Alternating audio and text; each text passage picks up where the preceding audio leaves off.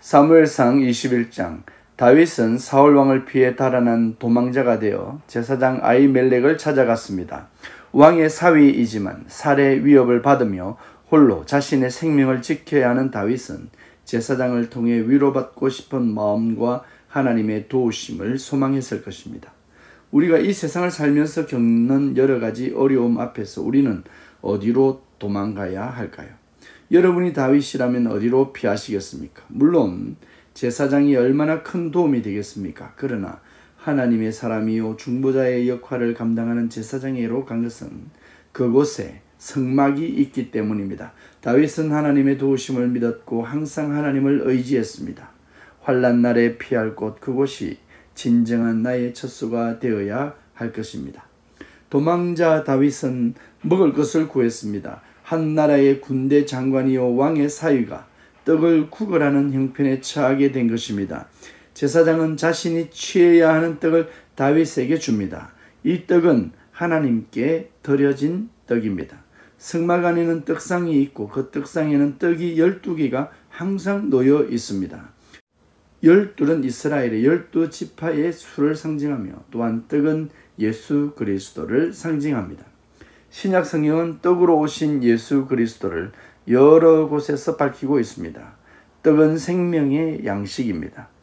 다윗은 제사장만이 먹을 수 있는 떡을 구했고 제사장은 다윗의 정결 여부를 확인하고 그 떡을 다윗에게 줍니다. 다윗은 그 떡으로 힘을 낼 수 있었고 생명을 유지하게 되었습니다. 예수님께서는 그의 사역 중에 안식일 사역에 관한 이야기를 하시며 다윗이 이 본문에서 행한 일이 합법적인 것이다 라고 언급하셨습니다. 안식일의 주인은 예수 그리스도입니다. 예수 그리스도는 사람을 살리는 떡으로 오신 것입니다. 그러나 율법주의자들은 오히려 율법으로 사람을 죽이고 사람을 판단하기에 급급한 것입니다. 교회는 사람을 살리기 위해 세워진 단체입니다. 교회의 이름으로 사람을 살리는 것이 하나님의 뜻입니다. 교회 안으로 많은 죄인들이 들어와야 하고 교회는 그들을 살리는 일에 집중해야 합니다. 그러나 교회에 율법이 판을 치면 서로 판단하기에 바쁩니다. 판단은 사람을 죽이는 결과를 가져옵니다. 생명의 떡을 나눠야 하며 지친 자를 먹이고 안식이 필요한 자에게는 쉼을 주어야 합니다.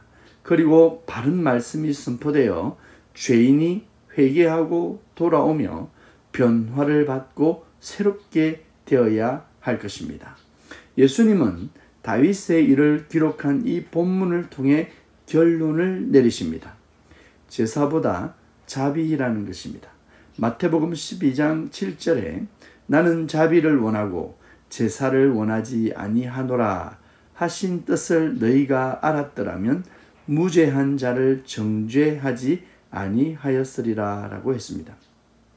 제사는 하나님의 자비와 사랑을 나타내는 형식에 불과합니다. 그 제사의 제물은 바로 예수 그리스도이시기 때문입니다. 예수 그리스도가 이 땅에 오셨는데도 사람들은 여전히 율법을 지키지 않는다로 사람을 정죄했으며 결국 율법으로 예수님도 정죄해 버린 것입니다. 율법이신 예수님, 율법을 완성하신 예수님을 율법으로 정죄하려 하다니 사람은 참으로 어리석은 영적 소경입니다. 이제 우리도 눈을 떠야 합니다. 사람을 사랑하는 일, 자비를 행하는 일, 연약한 자를 돕는 일, 이러한 일들이 예배와 하모니를 이루어야 합니다. 예수님이 우리에게 요구하신 용서는 끝없는 용서입니다. 이 일이 가능할까요? 여러분, 지금 누군가를 용서해야 할 상황에 있다면 고민하지 마시고 용서하시길 축복합니다. 다윗은 아히멜렉에게 무기로 사용할 것을 요구했습니다. 제사장은 다윗에게 골리앗의 칼이 있다고 말합니다.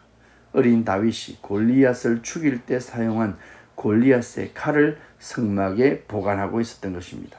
다윗은 블레셋 장군 골리앗의 칼을 잡았습니다. 그리고 두려움에 사로잡혀 도망을 가는데 블레셋 가드 왕 아기스에게 갔다라고 했습니다.